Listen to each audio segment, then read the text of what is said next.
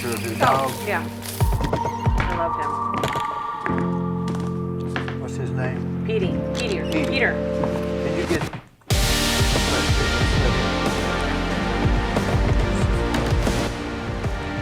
Show me. What kind is he? He's a Stafford. He's a rescue, first of all.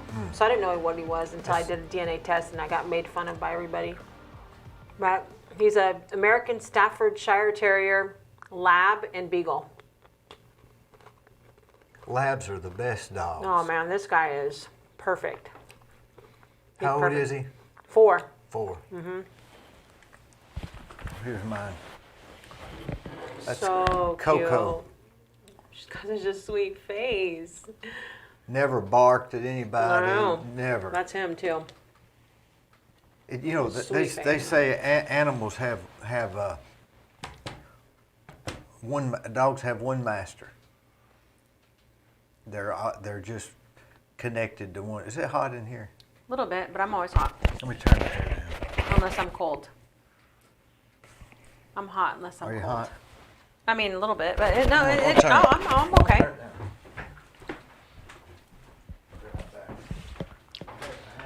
This weather's crazy. It's crazy for sure.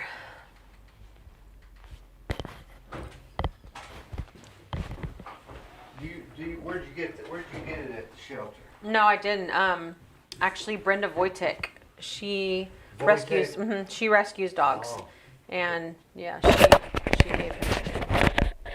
The Bone Guy's wife. Yes. So The bone guy's wife. you know, I was such an animal fan that I was a vegetarian for about 15 years. Really? Yeah, I didn't eat any meat, but I quit. I didn't feel good. Being a vegetarian? Yeah, I just didn't. So you didn't have enough I just protein? didn't. There was a feeling that I didn't have. I didn't know what it was, and I watched this guy on a documentary, and so I thought, well, I'll go back to trying it, and that was the key. Wow. So So what do you eat now? Everything? Fish? I ate everything now. Beef? Chicken? I ate everything now, but I'm still against inhumane treatment of Well, sure, animals. sure, sure. So anyway, I've been able to get it straight in my head. That's good. That's good. I like a good ribeye steak. Yeah, But I like cows too. yeah, and a pork sandwich is not bad either, That's is true. it? It's true. You know, I've started getting away from even eating vegetables. Oh wow, I like vegetables. It makes me feel better.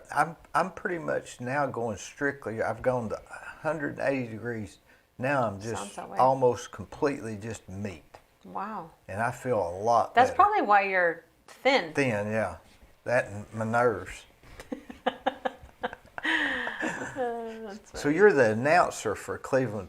I'm the public information officer for the Cleveland Police Department. Was you a policeman Yes. before? Before what? Before you was this?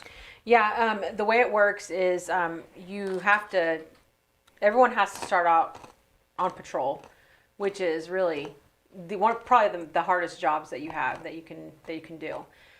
First responders, the true heroes, the guys that respond to the calls, they're the first ones there within seconds or a few minutes, facing terrible situations. They're the ones that see things the first, deal with things the first.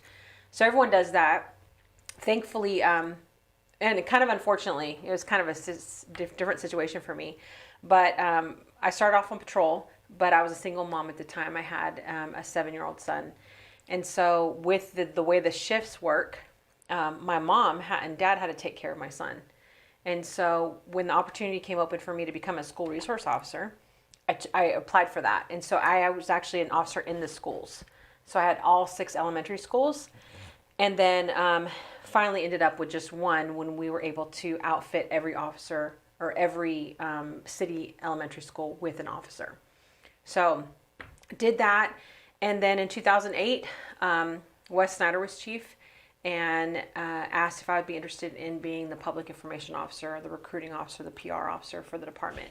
And so I took that job. So I've been doing that job here for 12 years.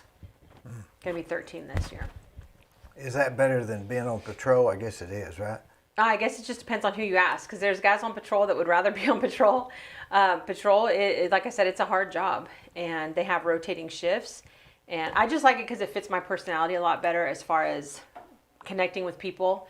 One of my jobs is educating people on crime prevention, speaking in different areas, with different businesses, teaching, and then community events. So we'll plan community events to get out in the community and kind of show the kids and people in our community that officers are just like them. That's what it's really important for us to do that.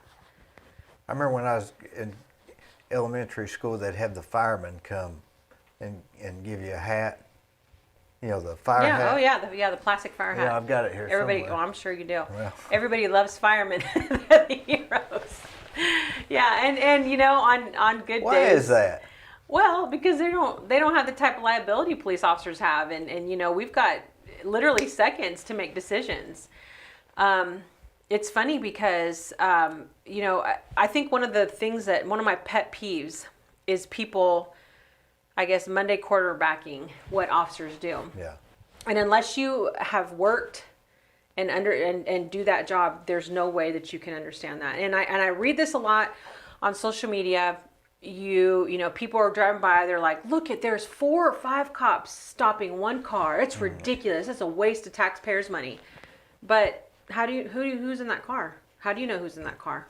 How do you know that you didn't stop someone that has a murder warrant out of Florida? Yeah. And this person has actually killed a police officer, and you happen to stop that, and you call for backup, and then a supervisor's on the scene, and then another officer who's just driving by decides to stop. Or maybe they didn't have anything else to do anyway, so might as well have. There's a lot of things come. to do in Cleveland. Yeah. But if they're close, I would appreciate it. Because you don't know who you're stopping. When you turn those lights on and someone pulls over, it could be just a regular traffic stop, or it could be someone who just killed their mother, and they know and they think, oh my gosh, they're coming up to my car. Or having a bad day. You never know. So it's a very dangerous job. You know, we might get information. You might have a 911 hang-up call or somebody, you know, the dispatch calls back and someone says, hey, I can't control my husband, and then they hang up. They don't tell you that their husband has a rifle, So you and send that one he's guy angry, or 3 guys, right? you never know. You send whoever's available. And so if that means 4 officers show up and deal with one person, then I would be grateful if I was that one officer. Yeah. Did you ever watch Adam 12? You're not old. No, I was born in, I was born in 76. So Adam 12 was just probably off. Early 70s? But they always had 2 guys in the car.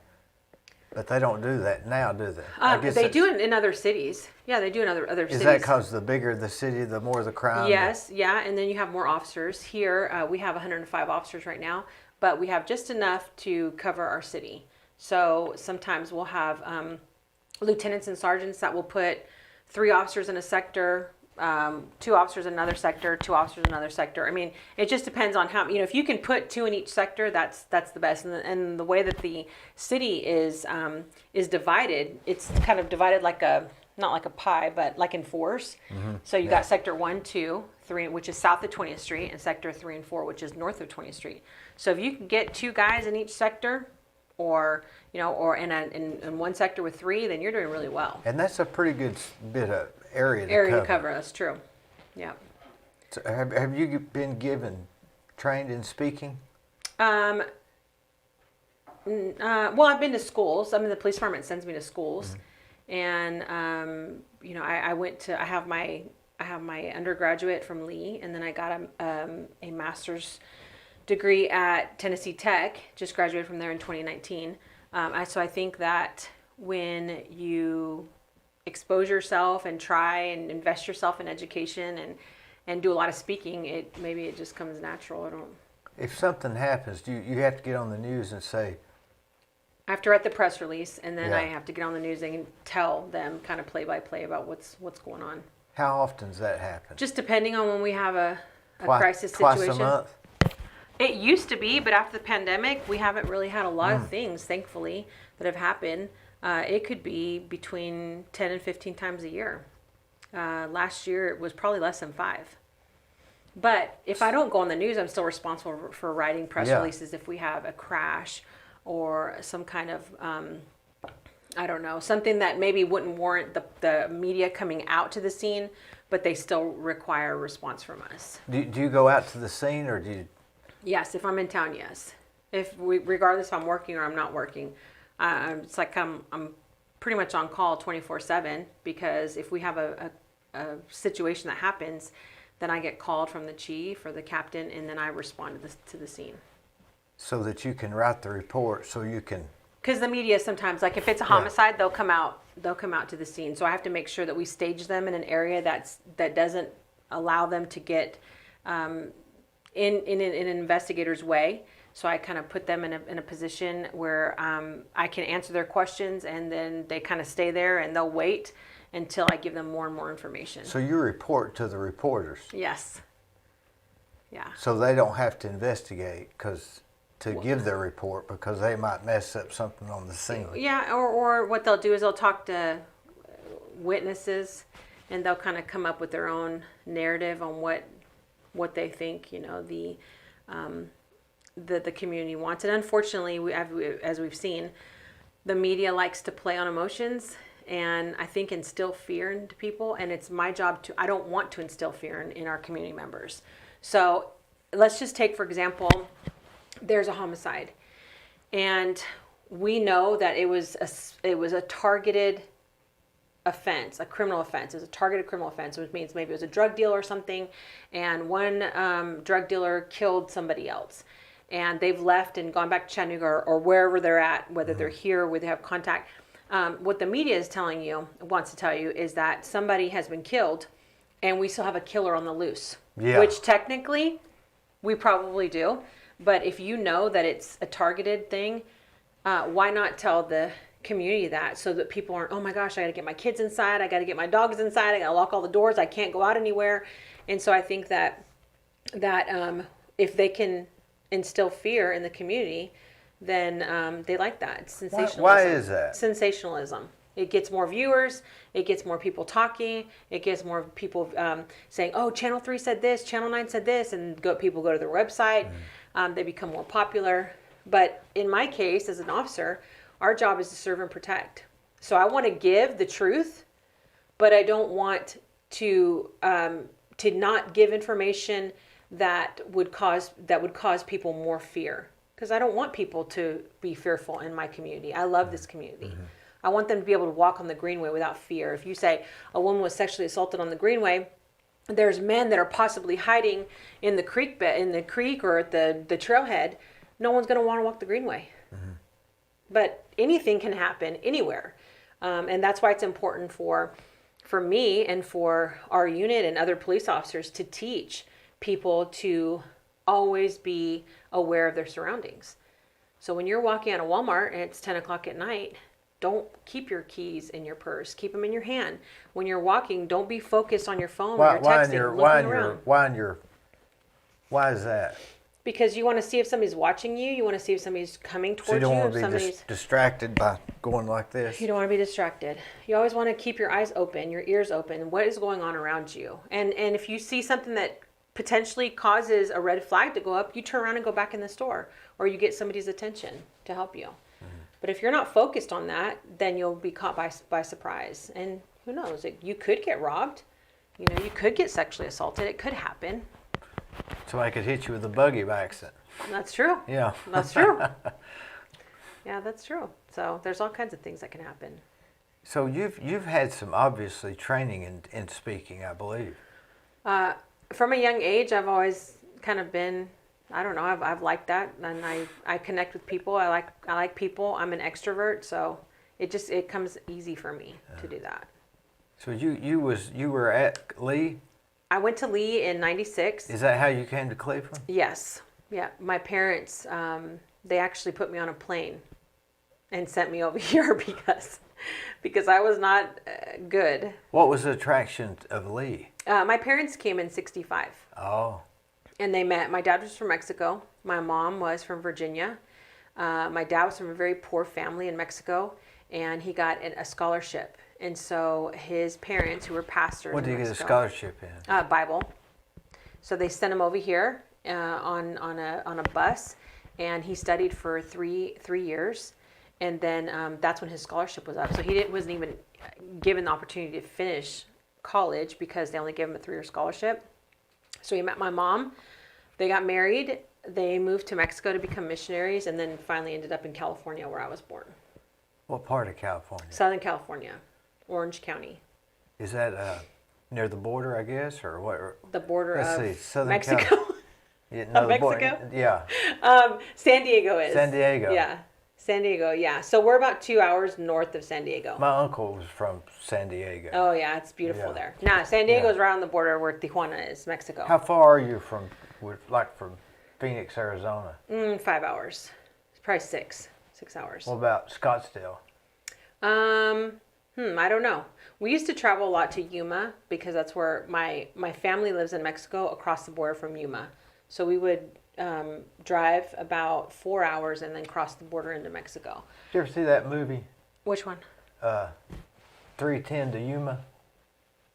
No? It was really a good movie. It was back in the old Western days. Oh, It okay. was 310 to Yuma. Yeah. Huh, I've never seen that. I know. It was a good movie. That's what I always think about. Yuma. Yeah. There's really nothing there except dirt. There wasn't nothing in the movie. It was all desolate. Yeah. So nothing's changed. So why did y'all go to Yuma? To visit my family in Mexico. Oh. Yeah, we just drive there and just drive across the border. Oh. Yeah. So So when they said we're going to send you to Lee College, that's because they had been here. yes, and they were at their wits' end with me because I had made a lot of bad choices growing up. And so they just said, there's no place else that you can go, so we're going to send you there. And I did not want to come to Tennessee, but it saved my life. What'd you tell them? I actually tried to call the guy I was seeing at the time and ask him to come pick me up so I could leave my house, but he never showed up, thankfully. So you were rebellious? I was very rebellious. Wonder why? Because I was a teenager and I was kind of trying to figure out who I was and maneuver through public school system in California, and being a Mexican American that didn't look Mexican American, I didn't fit in because I was white. You were like on the no group? What do you mean? When you weren't the Mexicans and you weren't the whites? Yeah. Well, there was not really a lot of whites in our school. So when I showed up, I was totally different from everybody else. And so I made a lot of bad choices and got hooked up with... Just trying to fit in? Yeah. At 12 years old, that's what I was interested yeah. in. Yep, and it didn't work out great for me.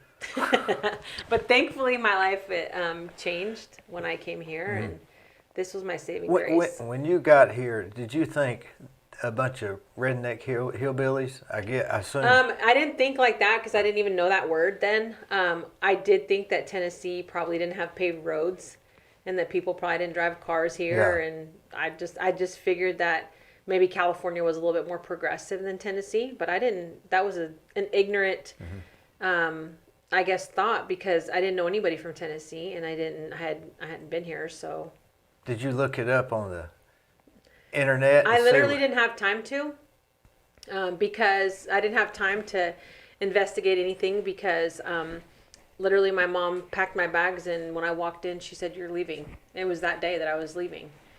And so I didn't have time to do anything. She just picked my bags up and put them in the car, and they dropped me off at the LAX airport, and then off I went on a plane from Los Angeles to Atlanta, Georgia. Were you mad? Yes, I was furious. Do you think I'm not going to go? Well, I had planned on not going when I had called that guy that I was seeing, but thankfully he wasn't anything good, so I'm glad he didn't show up. Did he answer the phone though? Yeah. He said, "I'll be there." He said, "I'll be there to get you," and he never showed up. You ever see him anymore? No, but he did me a favor. He did me a favor because I have no idea how much. Reckon he came after you left? I don't know. I really don't care. I don't know. I don't care. You didn't see him no more? It was the best thing that could have happened to me. It was the best thing. I had to come here. This was the place I had. But to when be. you landed in Georgia, how'd you get from Atlanta to here? Someone from Lee picked me up and brought me, and my mom had secured an apartment for me at 485 4th Street Northwest. Let's see, where would that be? That's right behind Arnold School, like a 2-story brick apartment White? building. It's brick. Brick. White brick. doors. White doors. White doors, yeah. Yep, and that's where I lived. For What about year 6 was that? months. 1996, January 8th. That's when you moved in? How do you remember The that rent. date? Oh, because that I'll never forget that date. That was very significant because that's the day that my life completely changed. But Did they send a teacher for you? no, or- no. It was a student that went and picked me up. But that Were they friendly? yeah. Oh yeah. They say, "Oh, you'll like it here. It's okay." Everyone here was friendly. I mean, even people on the campus. You know, when I stepped foot on campus for the first time, I didn't even look like a person. I mean, I looked totally different. I dressed different than everybody from Tennessee. I talked different. I acted different. I was a different person, but everyone just loved me.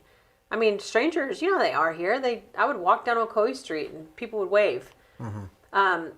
In California, sometimes I would take the buses, the public transportation places.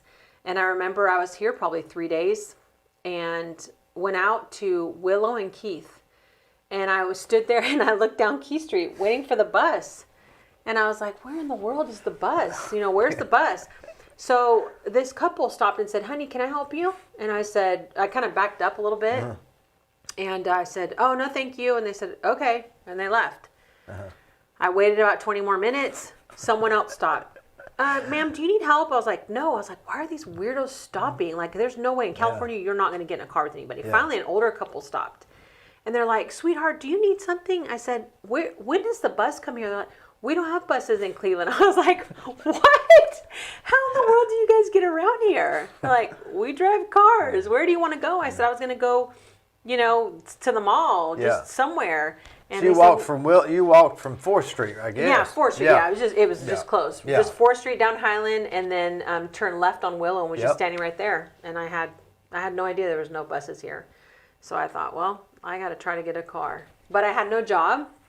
I was a Lee student, and I was a single mom. Were you a good student? Yeah, Because that's not an easy school, is it? No, I took my son with me to class every day because I didn't have anyone to keep him. So here I was. They let you take them? They didn't. I never asked. I just went in class and I put a little blanket on the ground and I put my son on there and I would just take notes in class and watch what everybody else was doing. They didn't say anything? No, no one said I couldn't bring him. I didn't have another option because I didn't have a babysitter, I didn't have a car, I didn't have a job. It's not that I didn't want to work, it's that I had literally been here a week. Yeah. You know, and so I had to start school. So. Did you have a roommate there or just? No, I stayed in the apartment, and then I noticed that the police were getting called a lot to the apartments behind my house. Yeah. And so sometimes that provided a little bit of entertainment because I didn't have money for cable, so I would stand out there in the back and watch that. But then finally, I had to request to move into the married student housing at Lee, which was at 1950 Cherry Street. Yeah. So that's their married student housing. And because I was a single mom, they allowed me to move in there. So I lived there for the rest of my I bet that was time. a lot better. It was better, but it's funny because my apartment on 4th Street was $225 a month. And I just had to pay, my parents helped me pay for that. But when I went to their married student housing, it was like $475 a month. But the good thing about that was that I was able to put that on my school loan. What I didn't realize was that the interest was accruing on that. Yeah.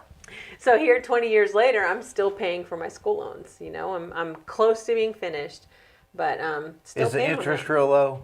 3.25%. Yeah. But I didn't have anyone kind of guide me on that. So, you know, when I filled out all my federal paperwork, and they said, okay, school's going to cost $6,000 for the year. And I'm like, okay. And they're like, but the government's going to give you $10,000. I'm like, yay, I get $4,000 of just free money. But I didn't realize, I think at that time, that I'm going to have to pay that $4,000 back. And in reality, it's going to take you, Evie, 20 years to pay that. Of course, it might have benefited you more then than it hurts you now, maybe. I don't know, because I don't really have anything to show for it. Like, oh yeah, I took the money and did this. I think I just probably I don't know what I did with it, to be honest with you. So I guess I I paid for my son what he needed and stuff, but I mean, it probably wasn't a great financial move. Did you fly back to visit home at Christmas? I did. That happened probably twice a year, maybe like in the summer when I got out of school and Thanksgiving. But eventually, my mom and dad moved here in 1999, and then 3 years later.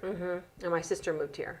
And it's crazy because the cost of living is so high in California, and then when you come to Tennessee during that time, 20-something years ago, you could buy a nice house for $140,000. Oh yeah. So it was perfect because they sold their little 1,300 square foot house in California and made a ton of money on it, and then came over here and bought their house. So When did you say this isn't so bad?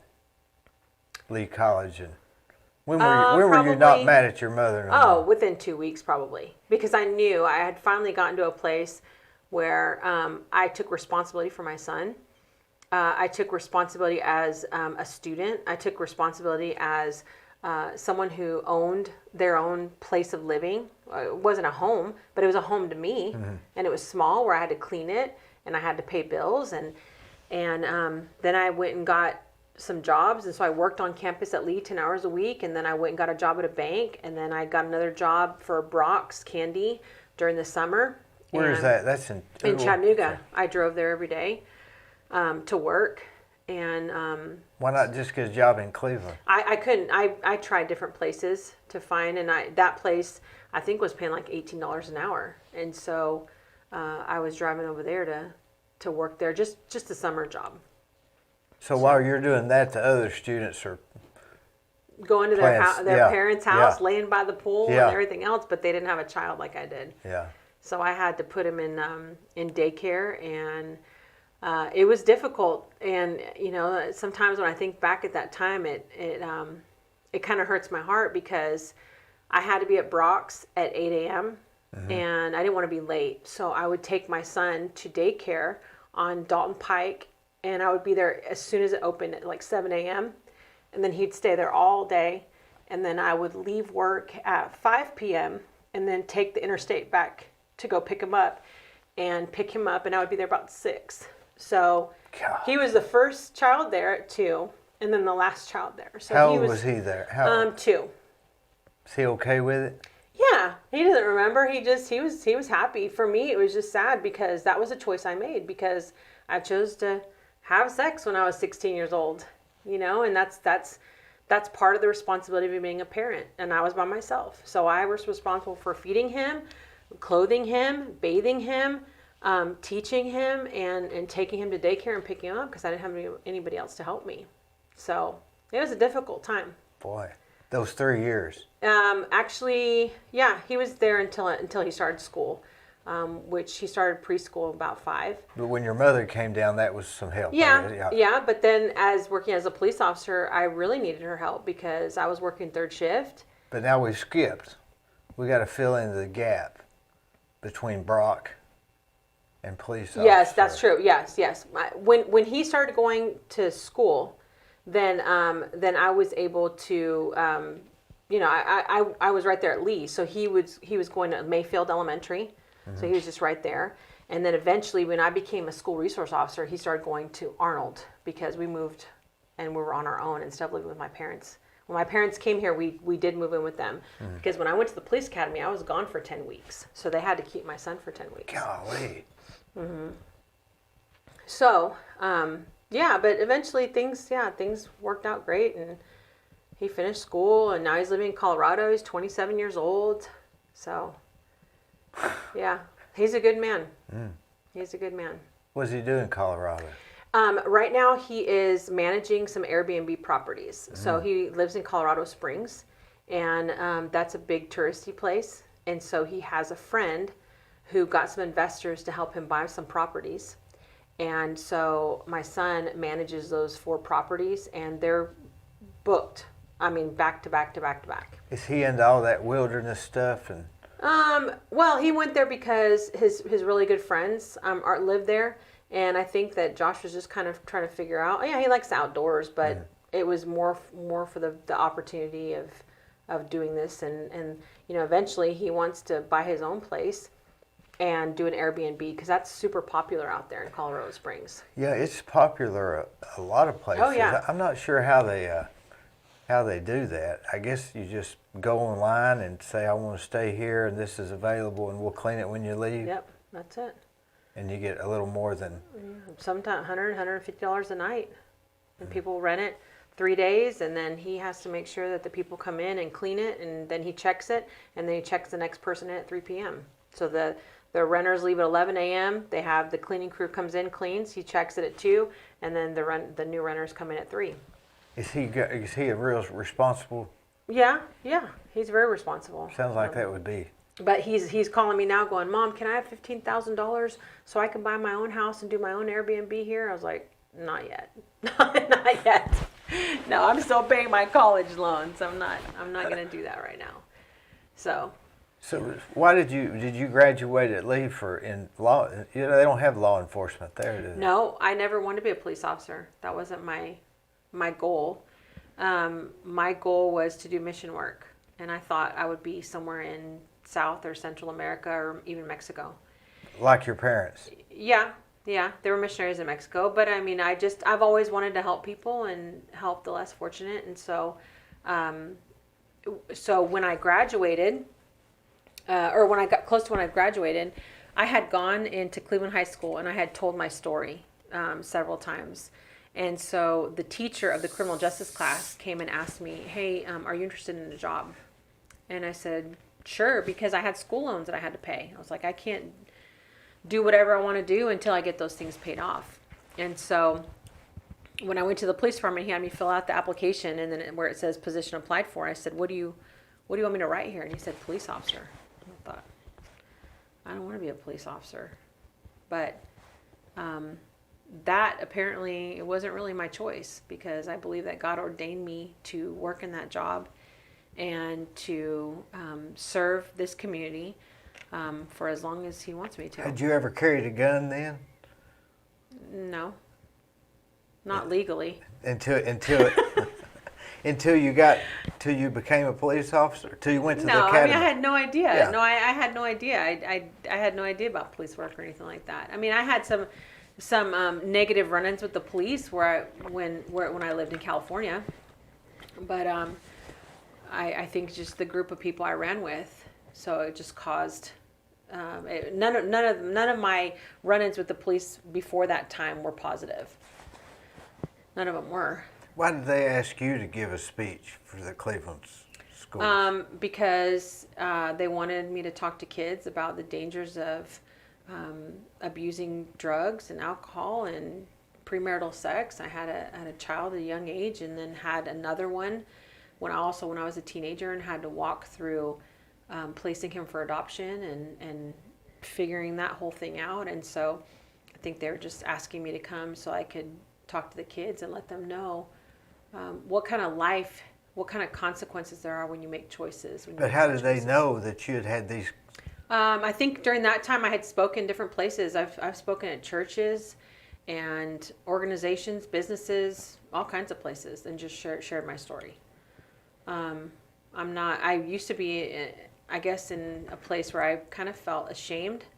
But I've gotten to the place now where I understand that by sharing the things that I've done and becoming vulnerable with that it can really help somebody else to make good choices. So.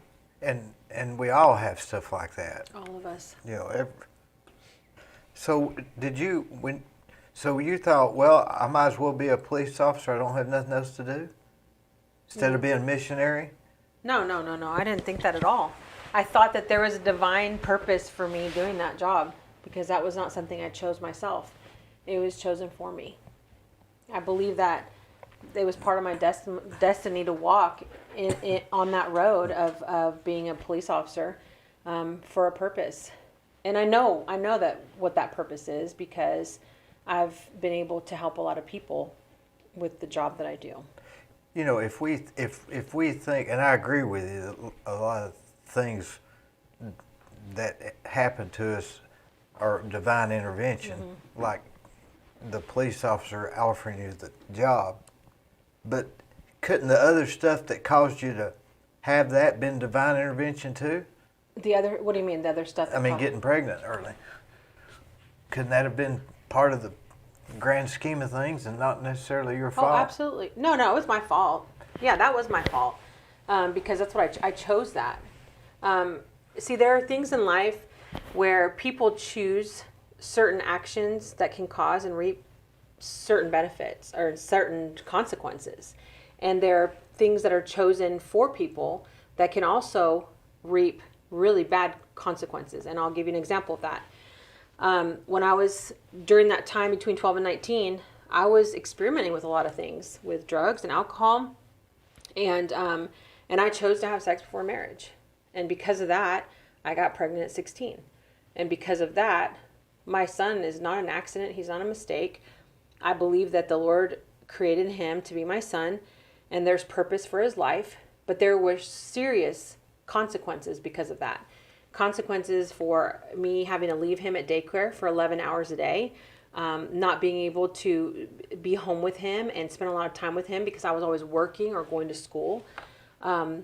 But there are also consequences that happen to people that don't choose that stuff. For instance, a young lady who is raped by an uncle, molested by a cousin or a brother or a father. So there reaps really bad consequences for a choice that she didn't make, that somebody else made to her. So yeah, I think that we make choices in our life, and at times that can kind of move us off the path that we're supposed to be on, the destiny that we're supposed to be on. But ultimately that choice got me to Cleveland, Tennessee, because I don't believe that if I hadn't been involved in all that, that my parents would have made me leave. They would want the best for me. They would want me to be close. But there was purpose that I came to Cleveland, Tennessee in 1996. And there's purpose that I'm graduated from Lee. And there was purpose in me becoming a police officer. And there's purpose of me continuing to stay in this community. And so every day I have to ask the Lord, like, what is it? Like, why do you have me here? What do you want me to do? And how can I help people? Because ultimately that's my goal, is to help others. It's not about myself. How do we know what God is trying to tell us? He speaks to us. Not audibly, just... He could. You think it's more of a... He could speak to us. He can do whatever he wants to do.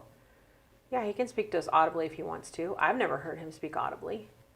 But when you know a direction to go, you think, and you're very certain about it, you think that's a sign. Yeah, I believe that's the Lord saying, "Hey, this is the way I want you to go. Walk in it," and I obey.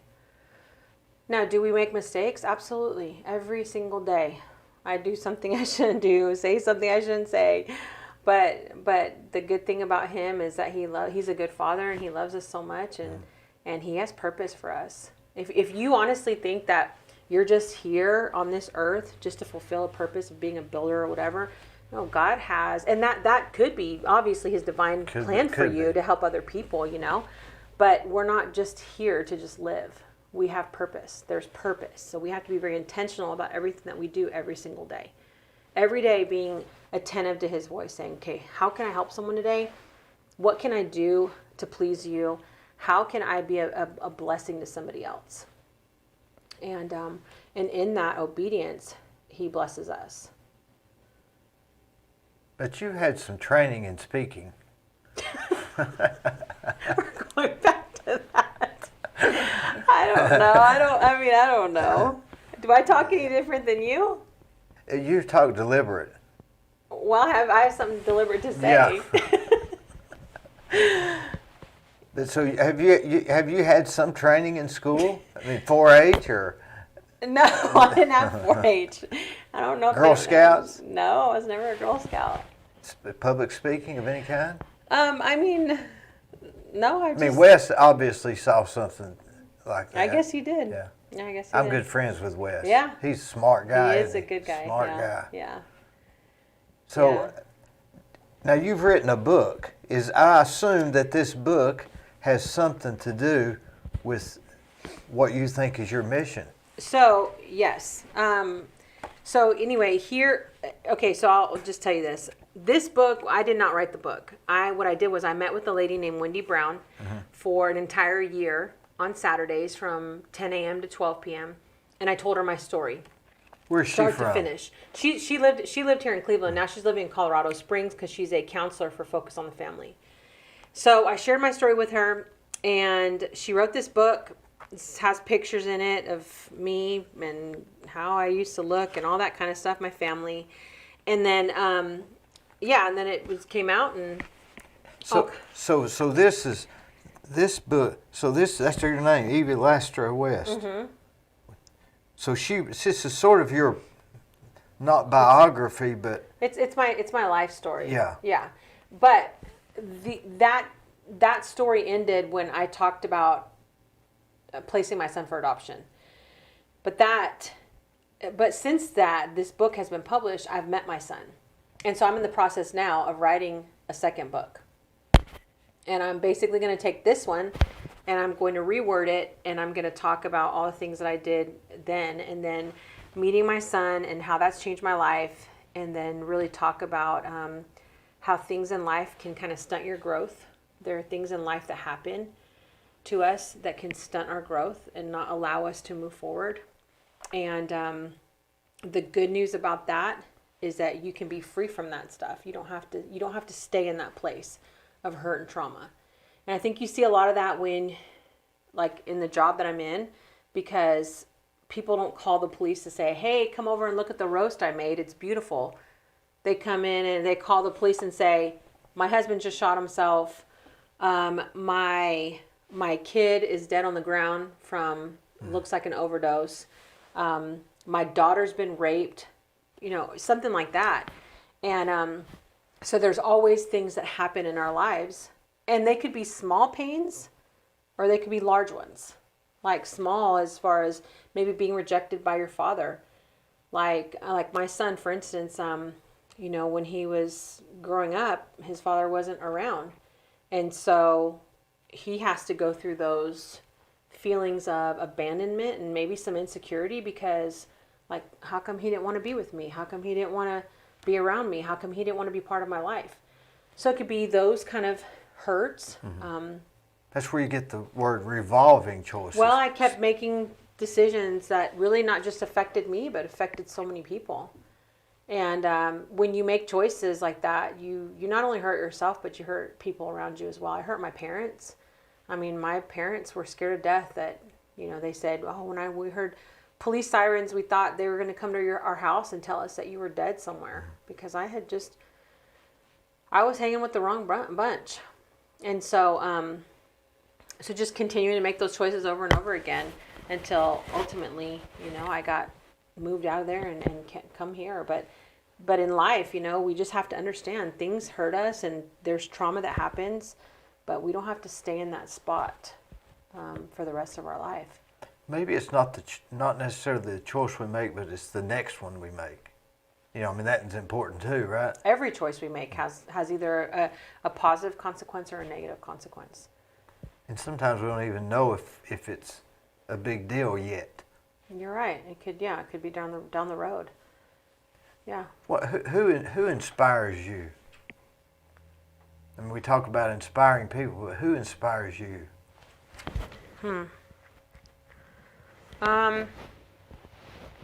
There's a woman in the Bible named Esther, and Esther was an orphan when she was really little, and her uncle Mordecai, or they call her cousin, whatever, he adopted her, and she was chosen by the king to be his wife. She was the one eating the wheat on the perimeter of the field, right? No, She'd gather the wheat. No, that's Ruth and Naomi. Okay. Yeah. And so Esther, she was a queen, but in those days, you couldn't go before the king just to ask for anything. I mean, you had to be called into his presence.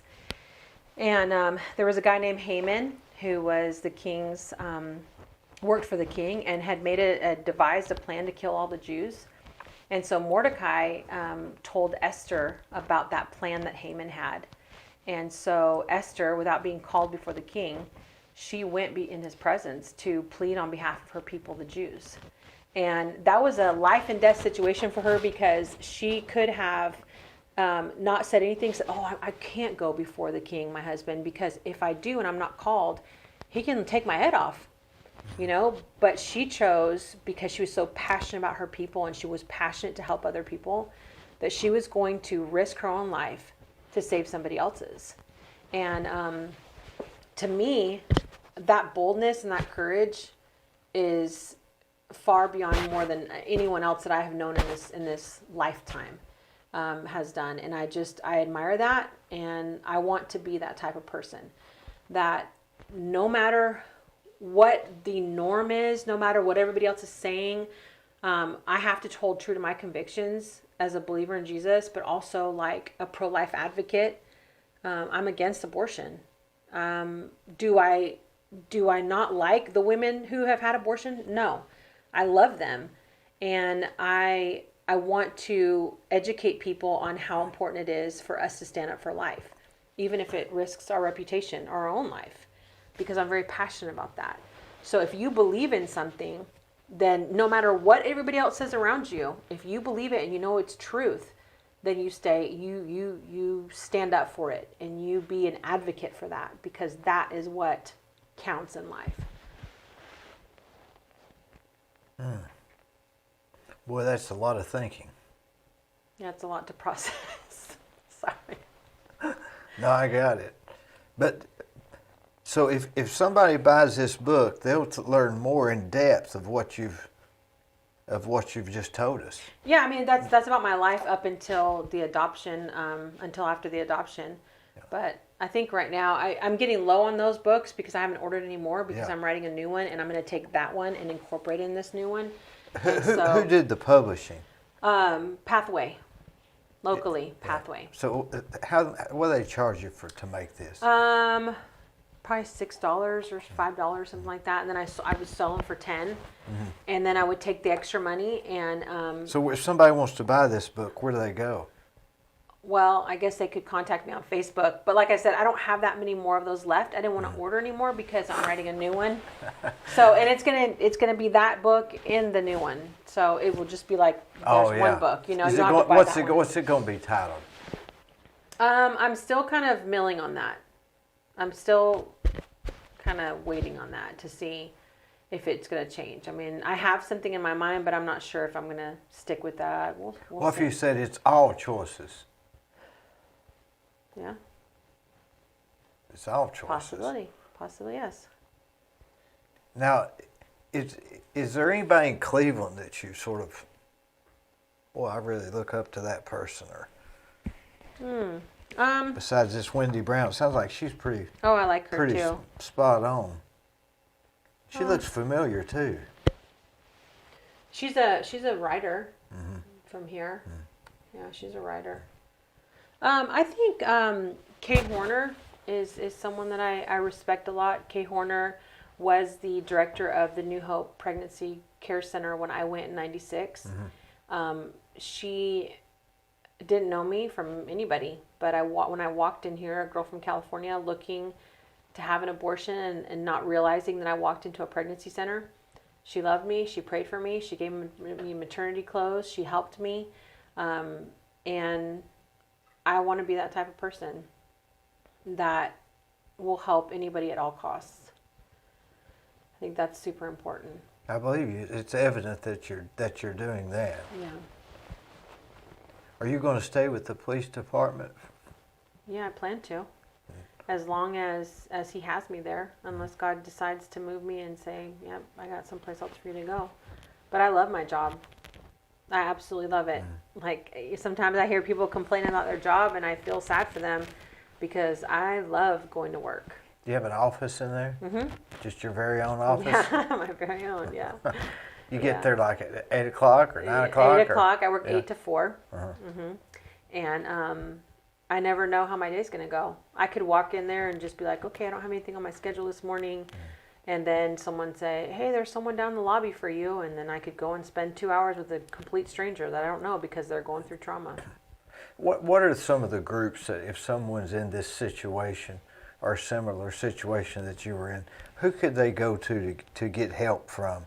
Like the pregnancy center, did you say? New Hope Pregnancy Care Center is a phenomenal organization here. You can go in there and get free pregnancy tests, free ultrasounds, and especially for women who are in crisis pregnancies and not really knowing if they want to keep the baby. I'm a huge advocate for adoption because there are some couples that cannot have children and would love to raise the child, and every person has a purpose in life.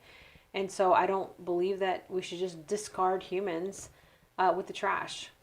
I absolutely do not believe that. I believe that we need to make a stand for life, and we need to make sure that our voice is heard. That was one thing I respected a lot about President Trump, because he was a pro-life president, and he signed policies to defund us sending money to different countries to fund their abortions. And now it's reversed, and so I don't like that. I think that we have to understand and value human life. He never wavered from that either, did he? Even when it was not popular. But even if he did, Dee, even if he was pro-choice 2 years ago, people can be pro-choice. But the problem is that once you know the truth about what abortion is and what it does and how it affects us as people, then we need to make the decision to stand for life. So even if he was pro-choice 15 years ago, 20 years ago, or whatever, I don't care. What I care about now is that he is pro-life and that he signed policies into effect that defunded sending money to different countries and Planned Parenthood here, even in our own country. That the government would not fund abortions, and I don't believe at all. That's a strange name for something that does almost the opposite of what it says, isn't it? Planned Parenthood. Yeah. Yeah, because if it's not in your plan, if you don't plan a pregnancy, then it's unexpected, and if it's unexpected and it's not the right time, then you just get rid of it, discard it. There's somebody here somebody that you can find that will love that child. Nobody would agree with getting rid of people that were over 90, would they? I know. Yeah. And what's the difference? Yeah. Every human life has value. Every human life has value. Every person of every skin color has value. Every person of every ethnicity has value. Every person. And people's rights, it says we have the right to. You think that the Constitution was for unborn children also, right? It should be. I mean, at conception, it's a baby. But it's an argument every 4 years, isn't it? Yeah. Yeah, but I think it's baffling to know that we're so flippant on that. That should be, and people say, "Oh, Evie, you're just a one issue voter." Okay, call it whatever you want. I stand for life, and I'm not going to waver on that. Period. I don't care what anybody says. The whole world can be against me. That's what I believe. I saw real life abortions. I was educated on that. I was going to choose that for my son, and made a decision to choose life. Am I better than the woman that's placed for adoption or that's had an abortion? No, absolutely not. But what my hope is to share my story with other people, so that if women find themselves in a crisis pregnancy, that they'll choose life every time for their child and say, okay, I'm going to have to go through adoption. I cannot kill this child. I cannot do it. How would they make that decision? Say, okay, I'm pregnant. I'm going to let you adopt my child, and then as it gets closer, they start changing their mind. There's a connection between a mom and her child. But what about the parents that are going to adopt it? Now they've been planning. Right, that's true. Now it's sort of bad on both ends. It is bad on both ends, and they suffered great loss from that. But in reality, the court system does want a birth mother with her birth child. They do. But if you choose to place your child for adoption, you relinquish your rights, you sign the paperwork, then it's just it's difficult. It's not an easy decision. It's not. That was one of the most difficult things, and I suffered greatly for it for many years. I would cry on his birthday, and I would cry thinking about him at Christmas time and Easter and 4th of July, and thinking, oh, he's graduating from middle school now, and I remember driving across the Tennessee River and thinking to myself, today he's graduating from high school, and I'm not there. It can't get any worse than that, can it? Well, I'm sure it could. I'm sure things could get worse. It could always be worse. But ultimately, that was a decision I had to make. And man, his mom stayed home with him for the first 6 years of his life and taught him. And then she went and got a job at his school and was a teacher's assistant at his school.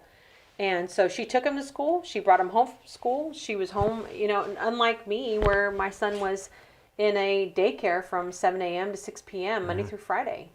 So there's advantages to adoption. A lot of advantages to adoption. How old is he now? My son, 24. Yep, he'll be 25 in July. You see him now, right? Well, I've seen him a few times. I met him in 2017, but now I could pick up the phone and call him at any time or text him and talk to him. He lives in Cincinnati, Ohio, so it's not as easy just to. And of course, with the pandemic and stuff, I haven't seen him since 2019, but I have connection with him. So to me, that's what matters. Now he's not adopted or nothing. He's just his own man. He's right? his own man now. Yep. Yeah. But he graduated from college and has a good job working for Kroger. He works as a computer analyst, and so he does well. He does well. Well, it's sad no matter how you look at it, isn't it? It is, but for him, I think that by sacrificing what I wanted, allowed him to have a good life. He has a good mom and dad. It worked out. Oh yeah, they love him. They've took him on a lot of experiences and traveled with him, and yeah, he didn't want for anything. Thankfully. Does he know his stepbrother? Yeah. Yep. He knows They him. talk. They communicate much. Yeah, I mean they talk. I think one thing you have to understand is we were strangers to him for many years. So while we're family, we're very different too, because he was raised different. Different culture. Yeah. Where was his town? In Hamilton, Ohio. Yeah, but he kind of experienced the same thing because he's got black hair and dark skin, and he grew up in a town that's all white people. So even though he's Mexican American, kids would ask him. He told me kids would ask him like, "Why am I so dark? Why is your hair so dark? Why is your skin so dark?" And he's like, "How come I'm not white like everybody else?" But so we kind of went through the same thing, but on opposite ends of the spectrum. Yeah. Yeah. But he adjusted to it pretty good. I guess he did. He had lots of friends, so. So what would be your statement to anybody that's having a question whether or not to have an abortion? Choose life. That's my statement. Choose life. I was so dead set on. I had made plans to have an abortion and thought that New Hope Pregnancy Crisis Center was an abortion clinic. And then when I went in, I figured out what it was. And they were quick thinking. They put on that video of what abortion was and educated me on that. And I saw a child in a womb. Like, just like you would see, like when a woman's pregnant, she's like, "Look at my sonogram picture. You see the head and the body?" And I saw a syringe come through the stomach, and I saw that baby ingest that fluid that came out of that syringe and die right on the TV in front of me. And a partial birth abortion where a woman births the head of a child and they stick something like scissors or some kind of really sharp instrument in the back of the skull. God, and then they take a vacuum and suck out the brains. And so because it's legal because the part of the body is still inside the mother, and then she pushes out a dead baby. And that's just normal. Just a procedure. Like getting your ears pierced. Yeah, and they discard the body just with the trash. So when I saw that, I knew I can't do that. They didn't have to do anything else to convince you. That was it.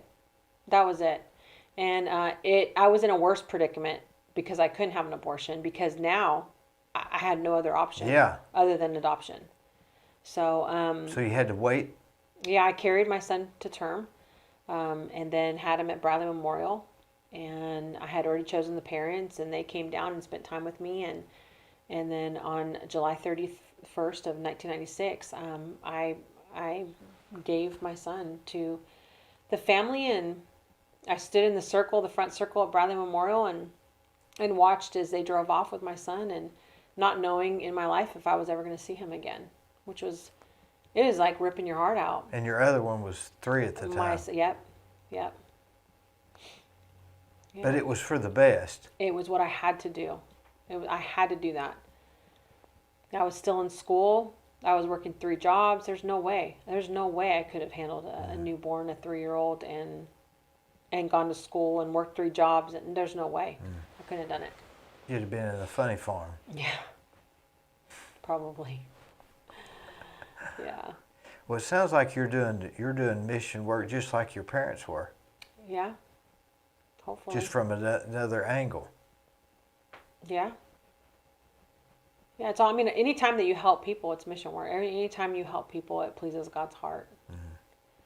But some people do work because they care. You do it because you care and you feel like it's what God's it's what what you all should of us do. are supposed to do.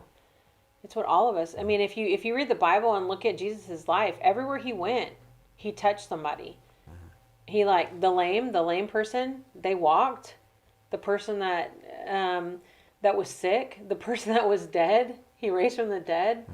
The woman who had 5 husbands and was kind of an outcast, he healed her. I mean, everywhere he went, he touched somebody. That's what we all are supposed to do. I believe that's why we're here. Yeah, 100%. Listen, I appreciate you coming. Thank you. Thank you. Thank you for having me.